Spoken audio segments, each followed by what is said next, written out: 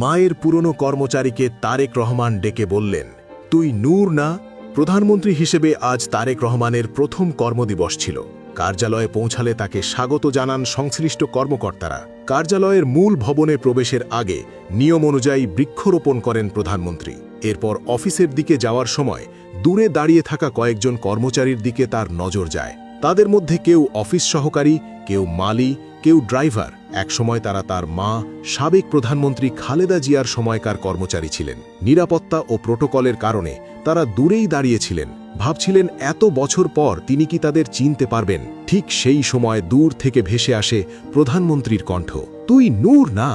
মুহূর্তেই আনুষ্ঠানিকতার আবহ ভেঙে যায়। নুরুল আমিন সহ অন্যরা এগিয়ে আসেন, চোখে আনন্দ, মুখে বিস্ময়। প্রধানমন্ত্রী হয়েও যে তিনি তাদের ভুলে যাননি তা যেন স্পষ্ট হয়ে ওঠে সেই মুহূর্তে।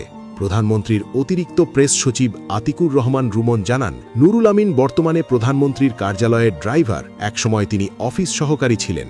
17 বছরের ব্যবধানেও তার নাম ও মুখ মনে রেখেছেন প্রধানমন্ত্রী তারেক রহমান। প্রধানমন্ত্রী তাদের সঙ্গে কুশল বিনিময় করেন এবং ছবি তোলেন। প্রথম কার্যদিবসেই তারেক রহমানের এমন দৃষ্টান্ত স্থাপনকে আপনি কিভাবে দেখেন? কমেন্টে জানান।